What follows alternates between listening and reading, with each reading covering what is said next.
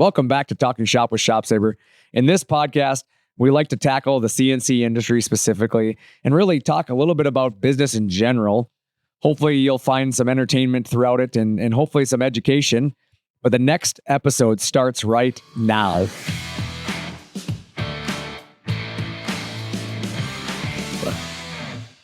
Welcome back to another episode of Talking Shop. I am your host, Brandon Bombardo. I am here with Nick Peters. How are you doing today? I'm doing well, man. We got some cooler guys than us in the room today, though. For sure. So we got Tay from Lift Arc.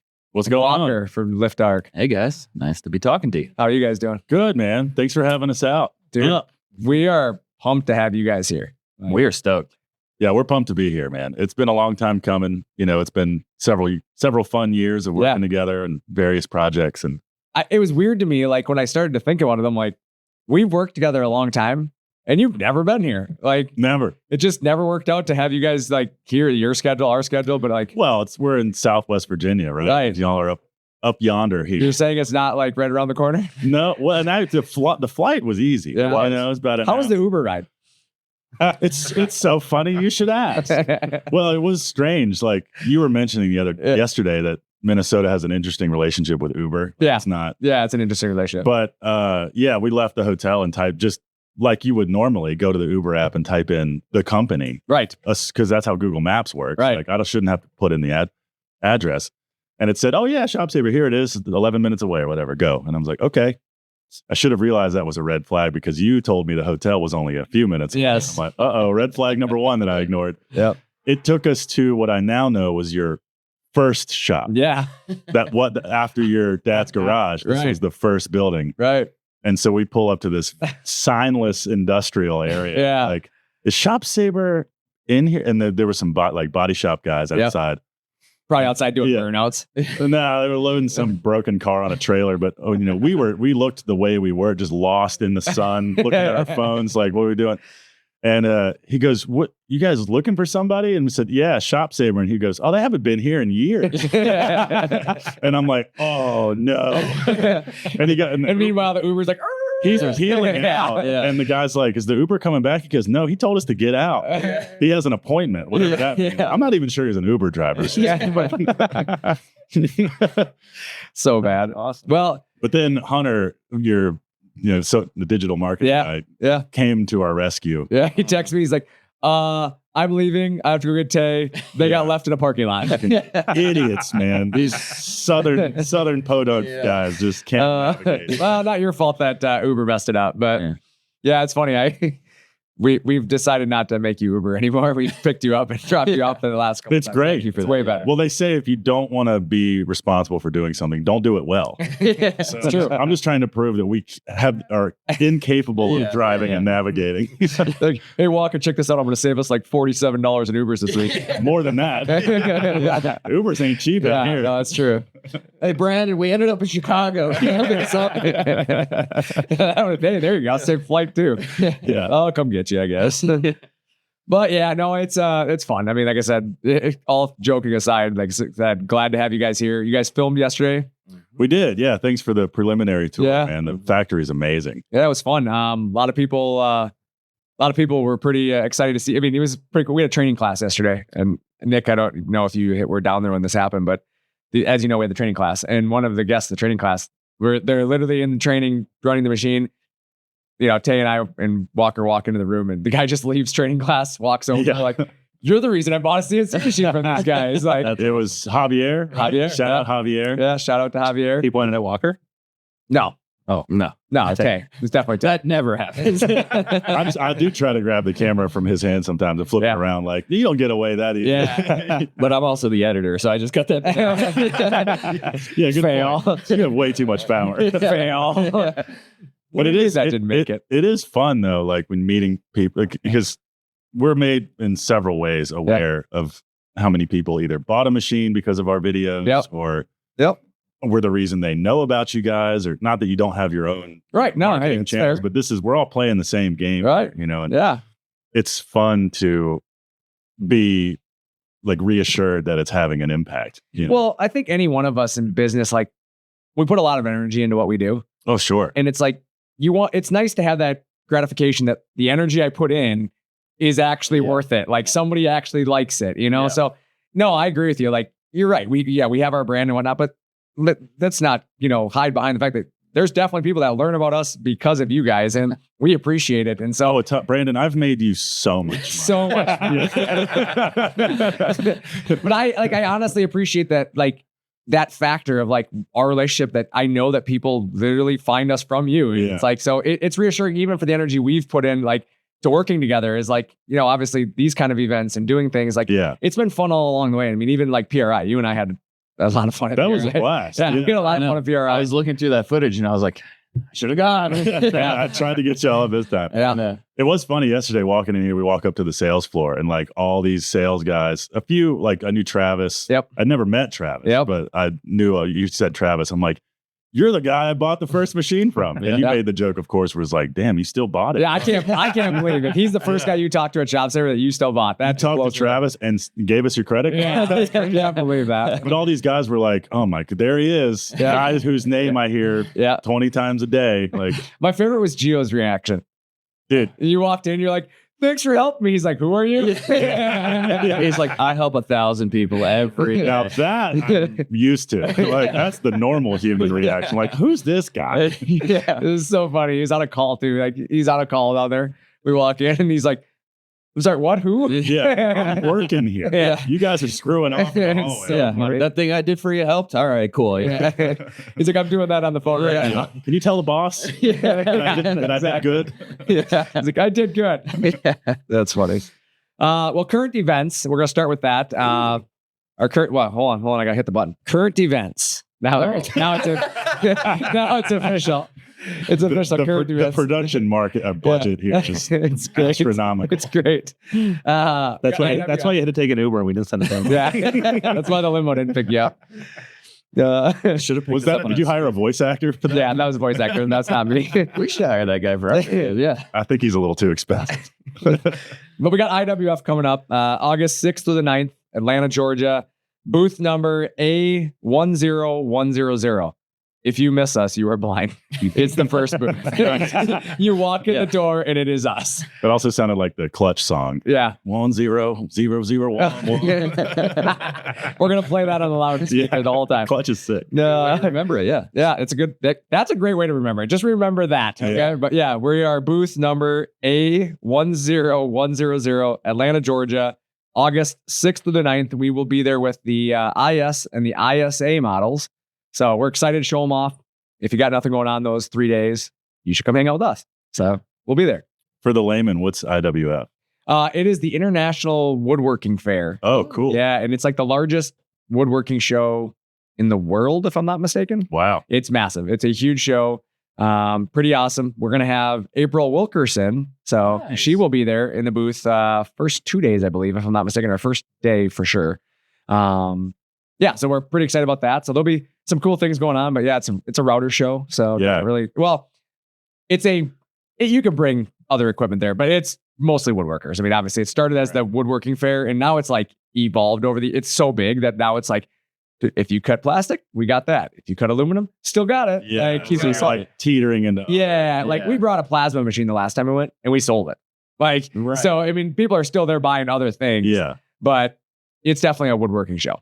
I respect a show that has a cohesive theme. Right. Because you're like, oh, I know this is the mecca for my thing. Well, yeah. I'm the same way. Makes it easier to set the booth up. PRI is mostly racing. PRI is like racing fabrication. Performance racing industries is what it is. And so if you're building cars or crazy bolt-ons, tuning cars, racing cars, it's all, anything motorsports is what I call it. Like, it's a motorsports show. Like, even if you're not into like race cars, it's like they had monster trucks there last time. Right. And they have like, and if dirt car, like the coolest sign that was there, do you remember that Bilstein sign at the Bilstein Shocks but booth? Maybe. It was the dirt late model upside down hanging from the ceiling. Oh, yeah. Yeah. Like there's a full race car as their sign. That's like, it was pretty cool. So yeah, PRI is pretty awesome. You need to do that with a plasma table. Just hang it from the ceiling. That's what we should do. Hang a whole machine from the ceiling. No.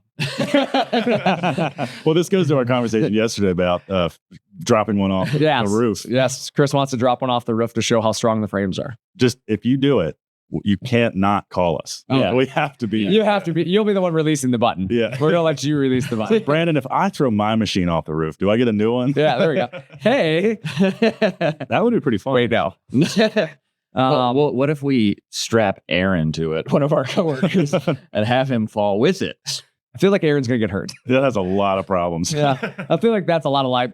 Shop Zipper does not approve this message. There's a reason Walker's not our HR guy. There's a reason why Walker is editing. Yeah, I just put ideas out there, 90% of which get shot down. Can't imagine why. It's a numbers game. Yeah, exactly. You know? Yeah. That's funny. But go see him. I don't like Aaron. No, I love Aaron. Aaron, he doesn't like you. You can work here. Hey. Wait. We like Aaron. Just kidding, Aaron. We like you. Yeah. So, anyways, you guys are moving though. Yeah. We are. Yeah. That's a current event. Sure is. To Minnesota? No. Oh, wah. No. The winters would make me cry, I think, up here. But You get a lot of work done in the winter though. do I? Yeah, because you can't go outside. Yeah. That's right. That's a good point. I noticed that like all the hotel we're in has like an attached restaurant. So, Everything's like you attached. don't have to go So outside. you try to avoid that. Yeah, right. No, we've been in a cool like 100-year-old machine shop that Yep. I renovated like 4 years ago. And it's like 3,500 square feet, which when it was just me and Walker was enough. Mhm. But now there's 5 of us, 2 fabricators, myself and Aaron, and then Spike, our designer, and then Walker and Aaron. Yep. For those that haven't heard of me or LiftArc, we're just a custom fabrication studio in Roanoke, Virginia, with a YouTube channel, which is why I employ all these film guys. Yeah. All I don't these want to be skulls that want to drop things off buildings. Guys who like to break things. Yeah. But we're out of space. Yeah. We're tripping over ourselves. We just built a custom chassis for like an off-road camper with independent suspension and stuff the other day. And like, it's 15 feet long and we have a, 10-foot long fixture table, but it hangs off both ends. And because of the way things are now, it's like we were having to duck under the trailer to go to weld other sides. Like, this is not sustainable. So to make a long story short, there's this cool, like 100-acre sprawling industrial facility in Roanoke that's been pretty underutilized for a long time. And it's just like halfway abandoned. And it was hoarders were keeping a bunch of cars and just God knows what else out there. And a developer finally bought it last year and is like gutting it, cleaning it. And his goal is to turn it into this like mixed use, live, work, eat, play, like sort of nuclear city in a way. That's cool. Very like artist centric, creator centric, craft. Industrial centric as well. Yeah. Like he wants people in there that are creating and actually contributing to society. Yeah, it's cool. Which I don't know why he called us, but we actually are the second company that he extended an olive That's branch awesome. to. It's basically like, hey, there's this building. It's 9,500 square feet. It's industrial. You're like, I'm in. Yeah. Say no I was more. like, say less. Yeah. I mean, it's like the floors are super thick, concrete, like 15-foot tall ceiling. That's all white. It's great. We got to renovate an office and we got to, put the electrics in for all of our tools and stuff. But And the first burnout's already in too. that's right. Yeah. I had to test if the limited slip diff in my truck worked. Boy, let me tell you, it works great. Every new building you move into, you have to do something stupid in right away. You have to. There's 2 rules as a car guy. There's 2 rules with burnouts. One, the Australians call it a shed skid. When you finish building a car, you have to do a burnout in your garage. Yep. And this one I made up is when you get into a blank building. Yep. When I was a kid, it was you have to skateboard in it. Now that I'm an adult, you have to do a burnout. Yeah. Now that What- your knees hurt. Yeah, right. Yeah, exactly. Drifting, that was the thing. Is like Yep. skateboarding hurts too much. So Yep. drifting like activates the same part of Yeah. my brain. But I tried to convince Jim when we got this building that we needed to rent a bunch of go-karts. yeah, Have an indoor, go-kart sesh. yes, He did not approve it. the crazy card. Yeah, like, that's what I wanted. Like me and my brother were like, we can't see why this is a bad idea. He didn't approve that. Yeah, he didn't approve it. Well, your first mistake was telling him. That is the first mistake. Well, we needed his credit card. Yeah. Damn, We that's a needed good his point. credit card to buy the go-karts. You could buy them and then return them. Be like, Dad. We're like, we don't know where these came from. Timu. Eating the receipt. Weird. Somebody just sent us 6 go-karts for no reason. Yeah. Don't check your credit card. Yeah. Look over here. Yeah. Remember, I told you the art of distraction. Art Right? of distraction. Yeah. I should have started a fire Yeah. as the go-karts came in the other door. Yeah.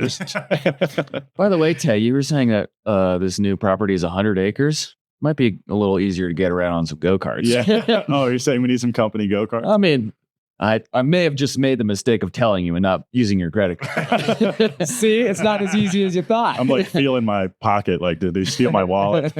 He's secretly pickpocketing you the whole time. No, that's good. Nope. No, like I said, just want to jump on the current events, and that's what a current event. But one of my favorite is customer questions and comments. So let's jump over there. Customer comments and questions. So question one or comment one was, we love our Shop Saver IS 510. Quickly found that Vortex tool is the way to go. Love that comment because I think when you look at tooling, and you guys can comment on this a little bit, you guys don't have a router, but you guys use machines that require tooling and consumables. It's really easy when you buy a quality tool to then get caught up in like saving money elsewhere. Like, well, maybe I'll use this cheap tool, or maybe I'll use this, off-brand consumable.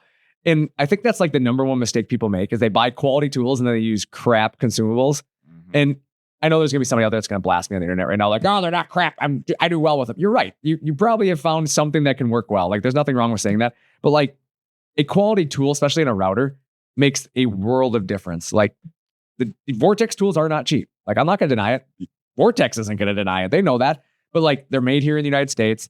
They're a quality company that builds a quality tool, and it's all we use in our machines. Like, we don't use any other tools really at all. And it's because we've tried them all. I mean, we've tried other brands and off brands, and yeah, you can buy things from overseas, and yes, they're cheaper.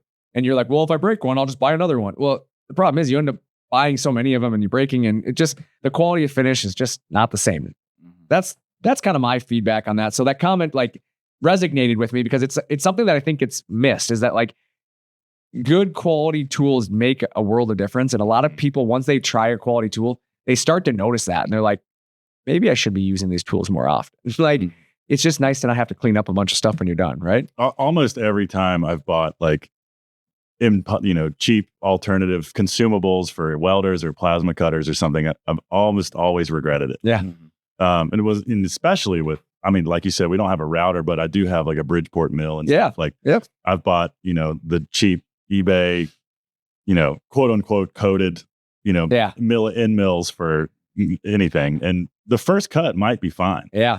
But the second cut is a little worse. Right. And the third cut is even worse. Yeah. Like, because there's, what you just touched on is such an applicable concept throughout any sort of in life. Yeah.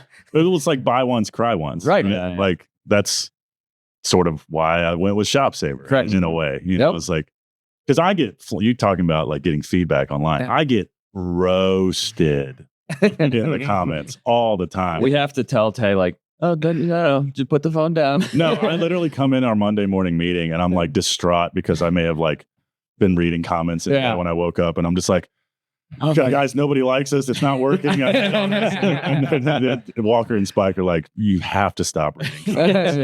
Yeah.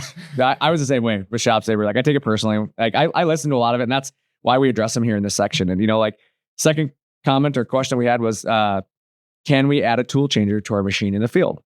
And it's something I wanted to address because, yes, with a Shop Saver machine, the majority, and I will say that there's a little asterisk here that you can't see, right? So asterisk. I see it, but that's because you hit me in the head earlier. Good. I see it floating around. Asterisk. Certain models obviously have limitations, but like our production models, Pro, IS, those machines, you can add a tool changer in the field. And we do it because like there's opportunity sometimes where you buy a machine for something you're doing today, and in 3-6 months, you find out, crap, I got something I didn't think I was going to do and I need it. So it is one of the benefits of owning a Shop Saver is that we do try to make as many of the options as we can, accessible after the sale. Not everything. There are certain limitations there. I know somebody's going to roast me in the comments now because like, oh, I tried to, and you told me no. You're right. Because there are certain situations we'll say no. But for the most part, like adding that stuff, is possible. So yeah, I mean, that's just something simple answer on that one. And then that speaks to y'all's design from the top. Like you've thought about all the things you'd like to have on the machine before you build it. Right. So you're not pigeonholing yourself. You're like, well, the gantry's made one way. Yeah. And then the carriage is made one way. And then everything that we put on it can be put on it or taken off of it or moved around. Yeah, exactly. And then some of it, like people don't understand, like, well, why won't you let me add my tool changer to this machine? Like, there's certain limitations of machine technology that, like, if I said yes, yeah, you might make it happen, but then you're going to be pissed at me because the machine doesn't run right. Yeah. Because something and changed. I told you it Like, wouldn't, but here we are. Then we're on the internet getting roasted because you're not going to tell everybody that part. You're just going to tell everybody that part where It doesn't the work. machine doesn't work, Yeah, right? right. So it's like, I'll just save myself that roastiness on the comments. That's good. So, yeah. And then the last question for this section is anyone using terms and conditions or disclaimers on their jobs?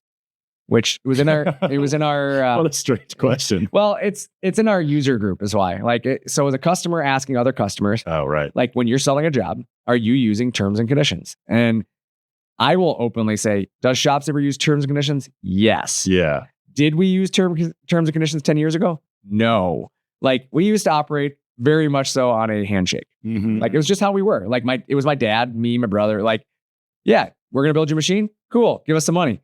Cool. Now we'll build your machine. Like, it was just how it was. I could see your dad going, a handshake used to mean something. That's literally, I was gonna say that is literally how we feel. Like, it did. I mean, the handshake used to mean something, but then, like, as the world has gotten sloppy, is what I call it, right? People use it against you now. Mm. Like, oh, they don't have a contract. How I can do what I want now. Like, really, we're gonna go down that. Like, there's no integrity here that we both agreed on. So at this point now, it's just like the contract's the contract. There's no, like, outside of that. Like, so I'm just a firm believer that if you're in business, talk.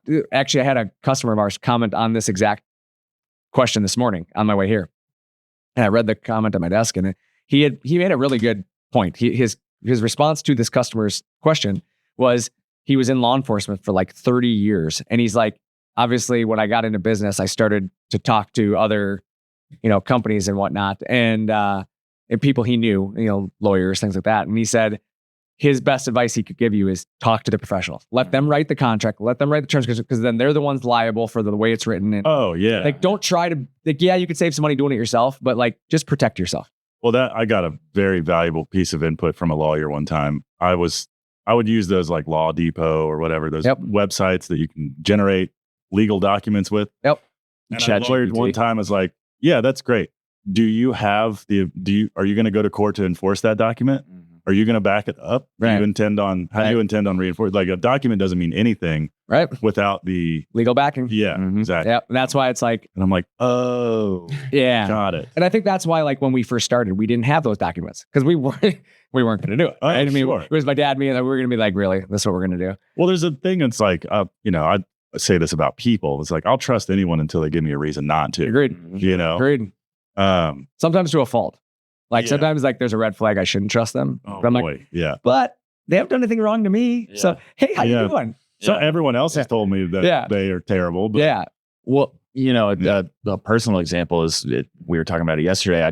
I had some 16-year-old kid rear-end my car. I didn't want to make him feel any more anxious than he was already obviously feeling. So Yeah. I didn't want to involve the police. Mhm. Later on, talking to people, they were like, doesn't matter. Always call the police. Yeah. Get it on record. If Yep. you're not liable, you need a third party there that's Right. going to validate that, because sure, you can trust them, or in this case, this kid's dad, Yeah. call their insurance company and say, hey, we're at fault. Or you could just have Or they may a not. record. Yeah. They're like, the guy backed into me on the freeway. It was the weirdest thing ever. You just hit reverse. But so that's what I have for questions and comments this week. And then, obviously jumping into the next section for us, which is our audience question. I'm just going to jump right into it. Audience question is, if money, space, or time was not a constraint to your decision for one thing, what would you do right now for your business or life, and why? Oh, So that's my question for you, the audience, this week is, if money, space, and time was not a constraint to make one decision, what would you do right now for your business or life? And why would you choose that? Good Lord. So before you guys have to answer, I'm going to jump back into last week's question. So we had asked a bunch of users a question last week as well about their businesses. And I got a really good response that I wanted to give, because last week we had asked about the moment that shaped your career kind of thing, and it was pretty awesome. First, he responded to me and said, I'm not trying to get the hat, because we give away a free hat. And so just for the record, you're going to get a hat because it was an awesome answer. It wasn't nothing to do with you telling me. But not just saying, he goes, I'm not just saying this for the hat. He goes, but my honest answer is finally pulling the trigger on my shop saver at 612. Mm-hmm. And I was like, go on. I'm listening. How to get Brandon's attention. Yeah. But he said, and it was really good. The story was really good behind it. And he said, I started my business around my machine. My wife is a designer, so we do all kinds of custom signs and other custom projects. He said, my older brother has a cabinet business and I cut all of his cabinet parts for him. He goes, honestly, in just 5 short months, his business has doubled.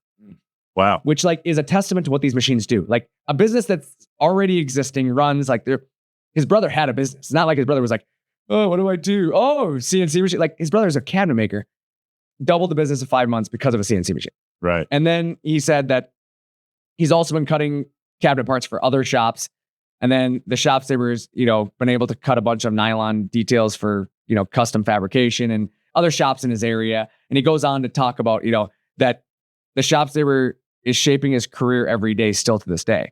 And he said he's hoping someday he can build the business and hand it off to his kids, which really resonated with me because I'm like, that's where this thing started. It was like my dad was never like, I'm going to hand this off to my kids, right? It wasn't like his vision, but obviously we kind of grew up in the business and it's just like, I ended up down that path. But it's to me, that's a pretty cool thing. And my favorite here is at the end of his statement, he goes, what in the world? Uh-oh.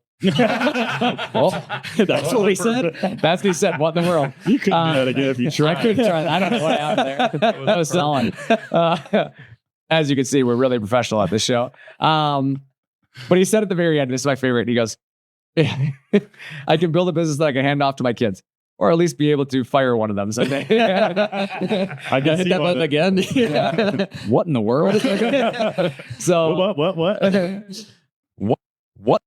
what in the world? It doesn't work as cool as you. Not exactly a DJ machine. It wasn't a DJ machine. But yeah, so I thought it was kind of cool. So that was last week's question. Great answer. Love the feedback. Thank you for sending that over. Nick's gonna get you a hat. I promise you that. It's coming out. So, but this week's question is: if money, space, time was not a constraint for one decision, what would you do right now for your business or life, and why would you choose that? Take it away, guys. It's interesting that was the response that you pulled, because my first thought was like, oh, my marketing brain, get a shop saver.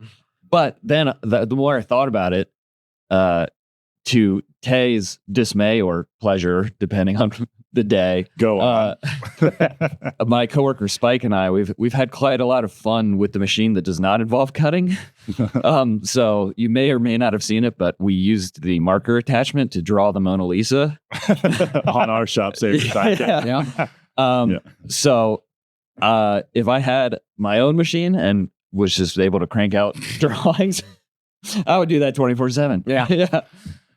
I'm thinking a little bigger picture than marker. The drawing just pictures of the machine. I can't stop thinking about two things. It's either building or tooling, right? Like I think removing limitations with tooling is such a big thing in any sort of shop, whatever you make. It's like I've seen the benefit of great tooling several times in my life in pretty powerful ways. There was my family business, Black Dog Salvage in Roanoke. We were lucky enough to get picked up for a TV show at one point called Salvage Dogs. And a few years into that, we got sponsored by Woodcraft, and they retail Powermatic and Grizzly and all that. So our wood shop got completely redone at one point. Brand new tools, huge planers and table saws and all kinds of stuff. And that was revolutionary. We were like, holy cow, we can plane a 2-foot wide slab. We can rip something that's 8 inches thick. It removed limitations. Right. We were like, holy, what we can build now is insane. So like for my shop and in custom metalwork, I would be thinking in the same lines. Like, what can I put in this space that makes, my employees more productive, more happy, like us more capable. Right. We can say yes to more.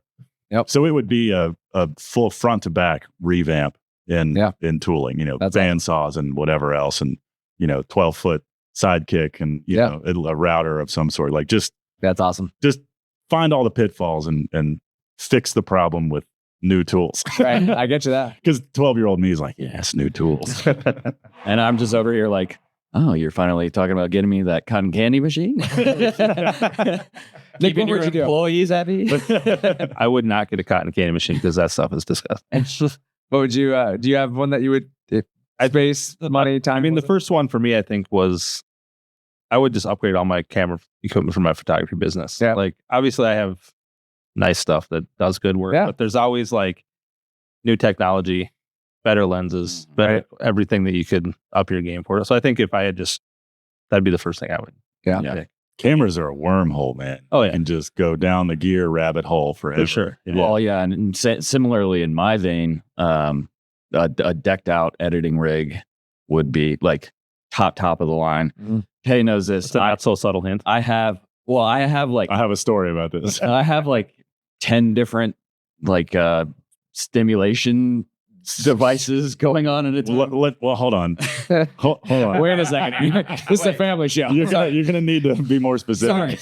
Sorry. Like 3 screens. Screens is what we're talking about. Like those are several screens, and I think Walker's dream setup would be 15 giant computer screens. Yep. But no, the computer that Walker edits on right now was like the first really nice gaming computer that I built for myself. Yep. Because like I've always loved like building custom computers. And when I was a kid, I would take my parents' computers apart and put them back together.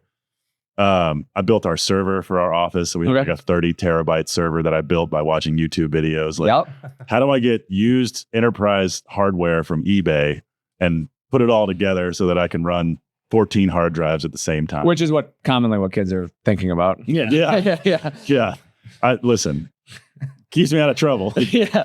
Or gets you into it. Right. Sure does lead to a bunch of migraines. Well, it's like, it's a necessity thing. Yeah. Like we had like those little external hard drives, and then we'd have like 5 of them, and like, why can't I find any footage? Like, this one's lost. I can't find the power supply for that one. It's like, enough. I've seen videos on this. I can do it. Let's try. And it worked. We have that problem at Shop Saver right now. If you want to come solve that would be great. The problem is like now because I built it, I'm the repair guy. You're the I'm the IT guy. Yeah. And so Walker will be like, Tay, the server is not working. And I'm like, I'm like outside with a welding mask on, like just working. And I'm just like, he's outside with a cardboard box over him, pretending to be a doing like, very we're busy right now. But so yeah, it's like, Walker, when we first joined, we were just cleaning out the shop that I'm in. I was like, it wasn't even in business for myself yet. It was just like, Walker moved back to town from Florida, right? You were down there for school, and I needed help filming some stuff. And Walker and I've known each other since we were like 8. So I'm just like, yeah, man, can you help cover some of this stuff? This machinery is amazing. And then it's like, he's using his personal laptop and like helping edit some videos. And then we were like, well, where do we put all this data? Just like memory cards and hard drives and stuff. So it's necessity is the mother of invention is what I'm saying. So that was a long circle around of if money, space, and time wasn't a constraint. But honestly, we want to hear from you guys, the audience. What would you do? Mine's going to be quick and easy. Before we move on to the next section, honestly, for me, if money, time, or space was not a constraint, like for me, I would upgrade the building here at Shop Saver to give people more space, because I feel bad that people don't have more space than they have right now. And if money wasn't a concern, I would give everybody a raise, because there are limitations to what you can pay, and obviously without hurting the business. So if it just wasn't, like, I take care of the people that make this all possible, like I would certainly give back to everybody who's helped us get to this point. So that's my answer. Would love to hear from you, the customers or the listeners on what you would do and why. So moving on to this week's topic, we kind of already have jumped into it a little bit, but it's you guys. You guys are the topic. So obviously we got Lift Dark here. Yeah, we got Lift Dark here. You've heard some of the story, but you kind of started off with it. Like, who is Lift Dark? What is it? Take it away, Tay. Sure. Yeah. Thanks. First off, stoked to be here. But Lift Dark Studios, the full name. Should be holding that up right now. Yeah. There you go. Lift Dark. There we go. I don't know if he already stuck one on the wall. Yeah. We have merch, by the way. We have merch. So I've been a fabricator for probably 20 years at this point, almost. Yep. And 5 years ago, essentially during COVID, actually, I was working for a family business and got hit hard. Dad had to furlough almost everybody for a minute, and I was already thinking about starting my own shop. And I was like, well, might as well be the jumping off point. You know, I'm looking for something else. I'd already been kind of involved in the building that we're in now, helping them clean it out. And so I'm like, okay, I think it's time to push all my chips into the center. Cause I'd gone to school for mechanical engineering, but I dropped out to pursue a career in national television. By that, I mean, Black Dog got picked up for a TV show. I mentioned that earlier, Salvage Dogs. And we filmed it for 8 years. It was on the DIY network. And so we were traveling every other week up and down the East Coast of the country, salvaging buildings and doing picks, kind of like American Pickers-esque show, but we also built custom furniture. So there was a lot of stuff going on. It was a blast. And I was like, in my mind, I also was a pretty lazy student. So I was looking for any excuse to stop going to college. But in my mind, I was like, I could always go back to school. When the heck am I going to have another opportunity to be part of a national TV show? Yeah. Excuse me, professor. I'm on cable. Don't you know who I am? You will. You'll know. Yeah. So did that for 8 years. And then the show reached its natural conclusion. Yep. And so then all these things were kind of coming together. Like I was looking for my new chapter in life. I didn't want to take over the architectural salvage company, much to my dad's dismay. Mm-hmm. Not that it wasn't cool. It's just, I think I was so obsessed with specialization. Like I fell in love with metalwork, and I have a lot of appreciation for like the Japanese sort of like working culture where it's like, pick the thing that you do and just do that as good as you can. Like I love that. And growing up in a family business, we're sort of handicapped by that. You were never able to do that because you had to wear like 4 hats. You had to be, this. I mean, you got to be sales, you got to be fabricator, you got to be equipment operator, you got to be janitor, this and then janitor, HR, your guidance counselor, whatever. It's not always the glorious jobs. I want to remind people of that because everybody's like, you got to be sales, you got to be accounting, you also got to clean the shitter when somebody, like that's your job, or change the oil in the forklift or whatever. It's terrible. Like some of the stuff you do, like the air conditioner's down, guess who's fixing it? Yeah, like Todd. Yeah, well, I know how to because I had to. So here we go. And so that by the way, that can be the best education in the world. It is. I learned more doing that than any schooling I've ever received. I mean, running a business with a shoestring team of super talented, motivated people is like being in the armed forces or something. You come back from is like, oh my God, what an experience. Yeah. So that knowledge over the years is, I think, what made me confident enough to take a risk and start my own business. And then Lift Arc was it's like a welding term. And I don't know if anyone from Miller is listening to this podcast, but I learned later that Lift Arc is a trademarked Miller term. But the State Corporation Commission in Virginia, let me get Lift Arc Studios LLC. And I'm like, okay, Miller, I love you. If you're listening, don't hit me. But it's like a welding term, like a TIG, the way you start the arc on a TIG welder. And I did this. This probably sounds familiar to anyone who started a company, just like a long paper of just like possible business names, and Lift Arc was the first one I wrote down. And I'm like, that's kind of cool, but I'll keep thinking. Like 40 other names. I'm like, nah, the first one. Yeah. I'm just That's how ShopSaver came about. Yeah. Like, Jim wrote 2 columns at the kitchen table, like things that were your shops, right? On the left, like shop, building, blah, blah, blah, whatever on the left. And then ways of like cutting on the right side. And like started connecting the dot. ShopSaver, that works. Like, well, it works. And you want something that's easy to say, that's easy to say on the phone. People can hear you. Like, Lift Arc's it's obvious, easy name to, It's not super. I've learned that it's not the easiest. I've been on the phones, like List Arc. Like my water bill was for List Arc Studios for a long time, and I'm like, this is probably not good. Like, well, in fairness, industry folks, I think. Yeah. Well, in fairness, people still get Chad's name wrong. Sorry, Chad. I can't tell you how many times a day I hear Chad say, no, CHAD. And I'm thinking to myself, what did they come up with other than CHAD? Crazy. Right? Yeah. Am I wrong? Right? So I hear it all the time. Yeah. Well, Chad, you're right. What could you have heard? I don't know. Chad, like how many people named Thad? Thad Castle. Yeah, because Thad is more common. They're like, is it Theodore? No, it was Chad. Yeah. Mad would make sense because he's always mad. He's always mad to me. No, Chad.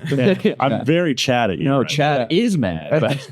But anyway, so picked a name. Got an LLC. Had a building lined up. They were paying me part-time to help clean out the building. Mm-hmm. So at a certain point, it switched from me helping them to me helping myself. So I stopped charging them and started asking them, like, well, what would you rent this place to me for? What is a renovation going to cost? Because it needed a new concrete floor. It needed all new electrics. It needed an office framed in. I power washed the entire building. It had been a machine shop for 85 years and never cleaned. I mean, there were 5 light bulbs hanging from the ceiling. This is a historic building in downtown Roanoke. It's a really kind of sexy building. It's a cool building. Hand painted sign on the front, a price filler machine shop. I mean, it was super convenient for trying to back trucks into. Very. Yeah. We have too much space on the roof. Employees can park almost too close. We've had no issues with parking. I don't know what you're talking about. I cannot wait to move off of this city street. But I mean, one thing led to another. Like the first job I did for a customer was in September 2020 in that shop. And it was like on a wooden table. I was building a custom chimney cap for my buddy Michael, and I didn't even have a metal table in there yet. I had like this woodworking table that I was welding on, hoping it wouldn't catch on fire. And the only outlet that was in that could run a welder was way too far away. So I had this leads just stretched all the way over and grounding to a clothes hanger. Yeah. But my literal business plan was if I have an outlet to plug my welder into, I can make money. Yep. So let's get in the space that you want. Let's start there and let's just see what happens. Because I've done work before that in my personal garage when I had a house. And like I wasn't concerned with my ability to create or do. Like that is the difference in a business maker or a business owner right there and the rest of the world. Like business owners never doubt themselves. They're like, I can do this. I know where my limitations are. Don't get me wrong. It's like my mantra for a long time is like, well, I'm just going to work harder than you. Right. And I'll be fine. Right. Yeah, I don't mean that in an arrogant way. It's just like the personal and I'm not married, I don't have kids, and it's like a perfect time in my life to be like the personal sacrifice I'm willing to make to get this ship off the ground and keep it afloat is pretty large. Like, and I think every business owner has to be willing to take that. Cause I remember like, even here, like the long hours and the late nights and the stuff that people don't see. Right. It's people see your YouTube channel. They're like, oh, he's got it easy. He just does that, know, but it's like, they don't know the long hours and the late nights, the stress, all the stuff but you're just like, I'm just going to work harder. Like I'm going to keep going until this thing actually finds life. And by the way, it's still not easy. Like, we've been in business now for 5 years and, I'm lucky to work with like 4 of my best friends, but it's like every day, you were talking about payroll earlier. I don't pay myself anything. I move money around as I need it. Like, mortgage time, got to slide some over.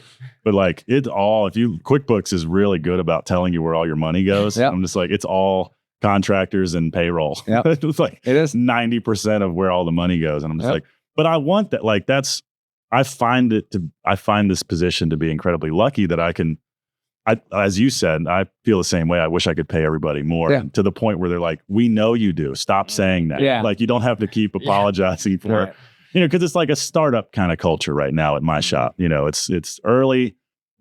Everyone's kind of investing in what this will become. Right. I was just going to say that it's an investment even from like, that's why I say what I said, like wanting to be, because like we've had a lot of our employees here at Shopster that have been here 20 years plus. Wow. And it's like, when you think about that 20 years ago, they were making that same gamble of like, you're going to make it, and like they left careers, people left careers to come here and be a part of this.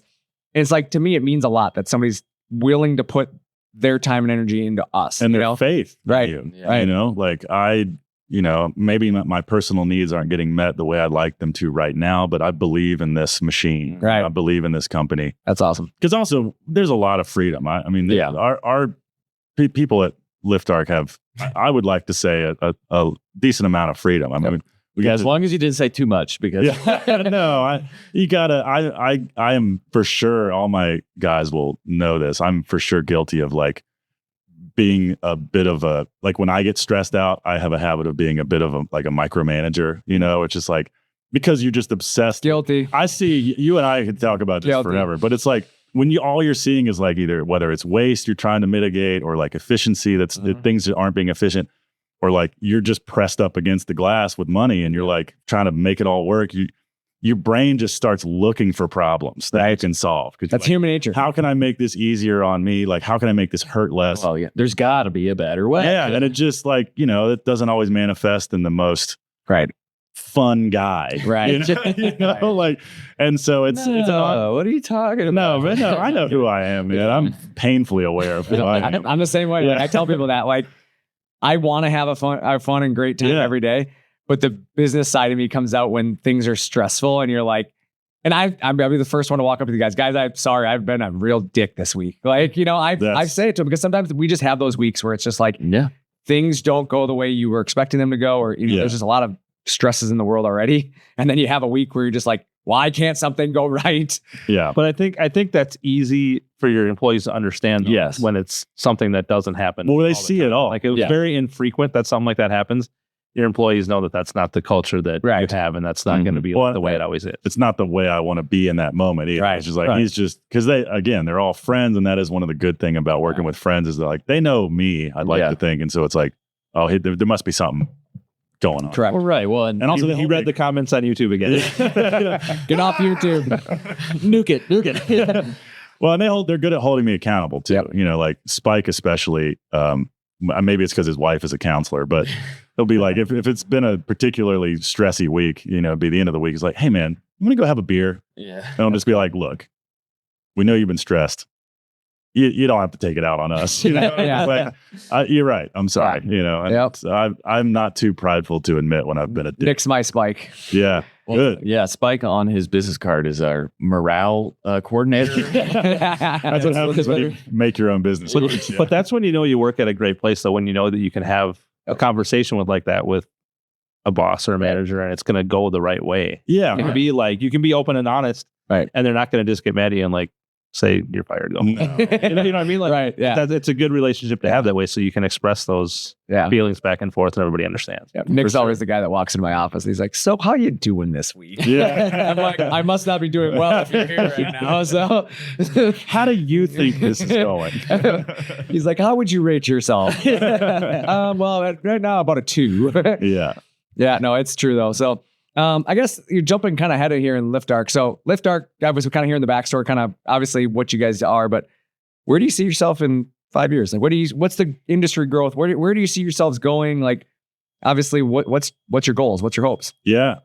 Well, it's funny. Goals change as time goes on. Goal number 1 was like, can I make a living building custom metal things for people? Right.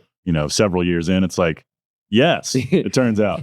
So then what's the next goal? It's not like, one, of course, business-wise, it's like, let me break even. I think a win in any small business is kind of breaking even within the first 5 years, and we're real close. But you keep reinvesting and hiring people because it's like you can't grow it by yourself. You'll go crazy. So it's like just, but obviously always looking to build bigger, better, higher finish quality, solve more complicated problems, offer a more unique and special product as far as service or actual products. But, obviously we have a YouTube channel now, and we're putting a lot of time and money and energy into it because I do believe that there's a pretty big upside. Yeah. We've been running it largely just in parallel with our business. Like the business is the business. We're building, we're hustling, we're building custom things for people. And then it's like, well, let's film it all. So it's been like almost an afterthought this whole time.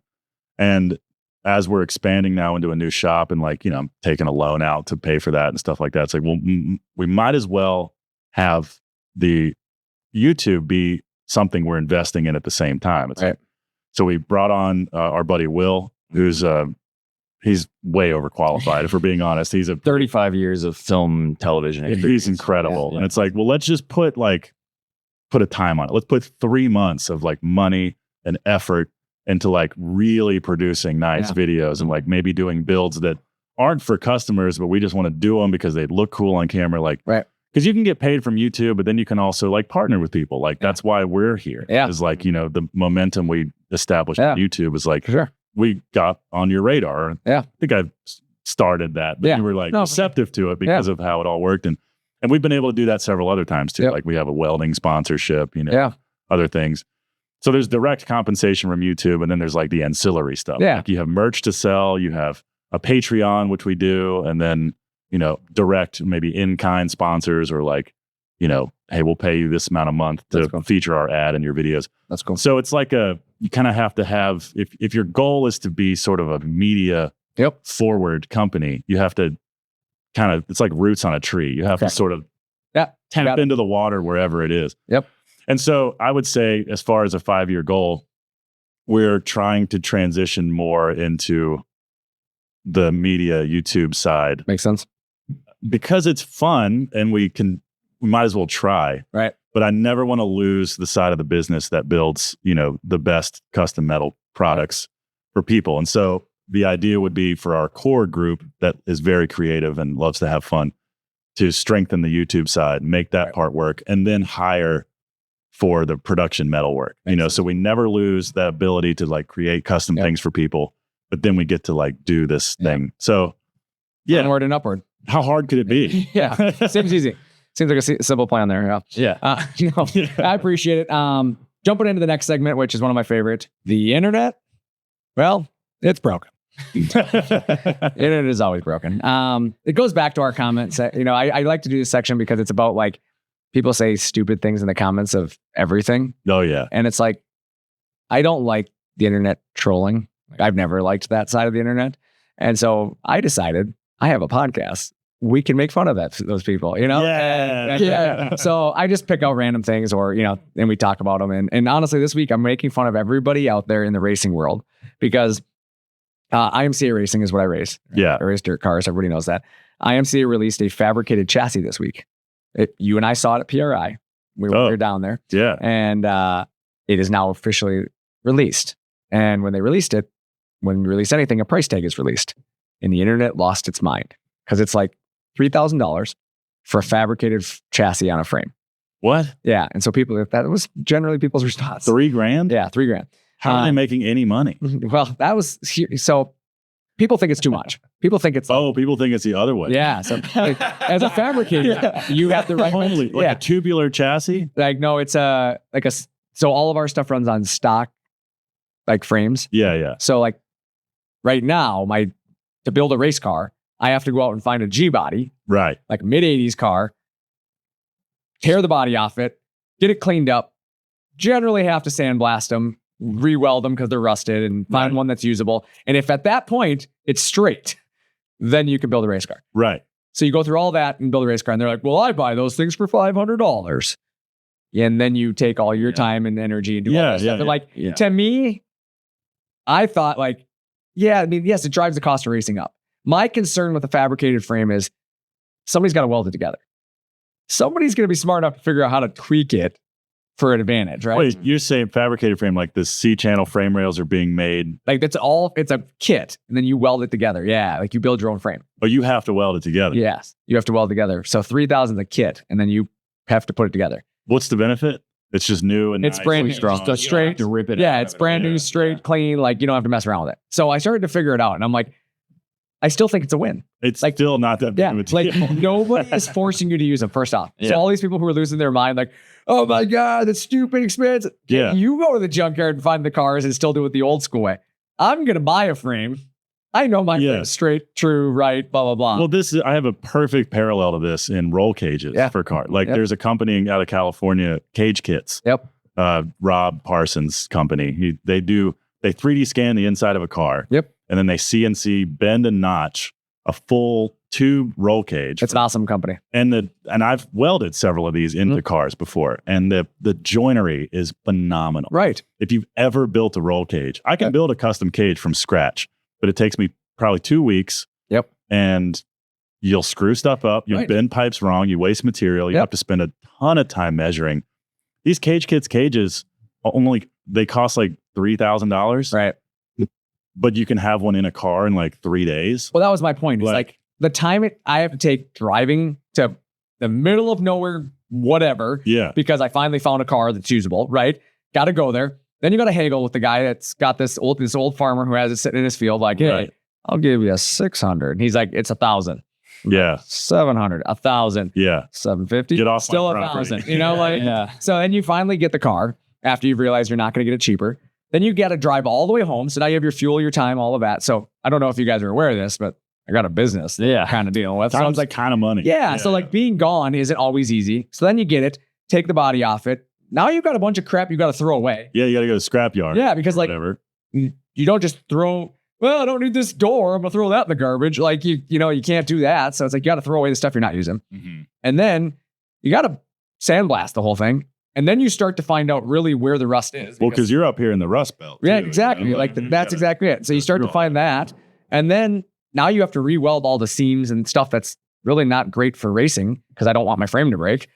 And then you start building a race car. So you're like a week or two into this thing. And then, so I'm like, these people who are losing their mind just aren't thinking about it right. Like, yes, the cost of racing is always going to go up. Yeah. You want to know how much racing costs? Everything. Yeah. That's how much racing costs. Yeah. Like, and it was the same 20 years ago. Everything you made 20 years ago, it cost you too. So it's like, everything is going to stay that way. How fast do you want to go? Yeah. Like, you're going to spend more money. It you is want what to it be is. competitive? Yeah. Yeah. So get over it. The internet's broken. I get it. People lost their mind. Don't lose your mind for that. No reason. So Like, crazy. It's so dumb. Yeah. Like, I made a big joke and it turned into a big blow up this week on the internet because I made a joke about it. Really? Because I was like, I copied their ad and I wrote, I have 2 hobby stocks for sale. Buy them now before the prices go up and they become late models.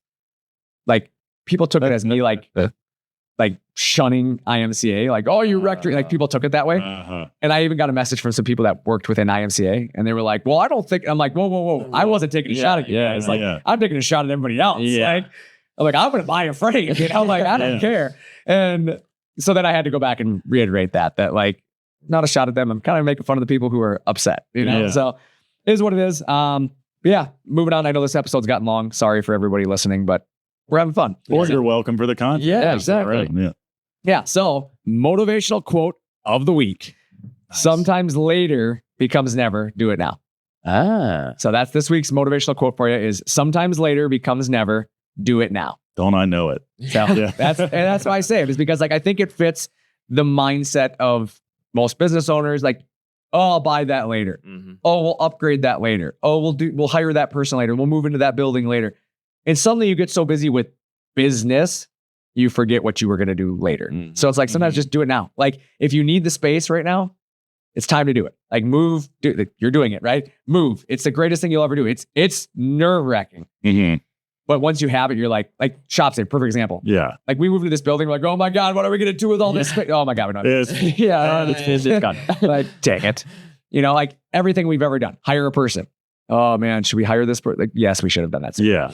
Do you need that thing done better and faster and not by you? Yeah. Then you should probably hire that person. Buy a shop saver, right? Yeah. I mean, that's the one thing that I hear most is people like, well, I can cut those parts by hand right now. Do I really need a machine right now? Like, Dude, that's for the birds. Yeah. Like, I manual cut everything for Right. 15 years and I'd like, nah. would you ever go back to doing it again? Well, for art, sure, but not for a business. Yeah. Like sometimes it's fun to mess around Right. with oxyacetylene. But if you're a business, would you ever go back to no plasma table? No. Yeah. Like, You got the audio bite you wanted. Yeah. by the way. gotcha. The only thing you were missing was saying shop there. Let's try it again. Let's try it. No, but it's the truth. I asked that because like customers, I think, need to hear that. Like, Oh, yeah. there's so many customers out there that are in the mindset that I can do it by hand and I've been doing it by hand and my business isn't busy enough to justify a machine. Are you cutting stuff right now for profit? Yes. Then you need a CNC machine. Yeah. Like it instantly increases your profit. Yeah. And the opportunity. Right. Like, cause then like there's a bridge being torn down and rebuilt in Roanoke and there's the engineering company that's doing it. Mhm. I had a friend who works for them now and they just needed a bunch of like 2x2 1/4-inch, like square washers basically with like a 5/8 hole in the middle. Yep. And she just came to like, hey, can you guys make these? We need 250 of them. And I was like, yeah, that's only half a sheet of steel. Like we'd love to make them for you. Yep. And our machine in our shop doesn't get used 24/7 like I'd like it to be. Most machines don't. So stuff like that, I'm like, absolutely. Yeah. Yeah. But like, Easy revenue. she asked me before I had a shop saver, I'm like, absolutely not. Yeah, get real. You use a cutoff wheel to make all these? Right. No way. That's what you wouldn't have been profitable. I mean, at that point, you can't charge her enough to make it No, worth your time. it doesn't make sense for anyone. to Right. do it at Well, that point. and then on top of that, while the machine is running, you're working on other projects. Oh yeah, I can do something else. Yeah. You know? Yeah. So yes, no, I'd never go back. Love it. Hey, Nick, you've been really thoughtful today. Talk. I'm just letting them talk. You've been really talkful. It's supposed to be thoughtful, and then I turned it into talkable. Well, I was making a joke with the editors with his the colors he's wearing right now. They could easily just key him out.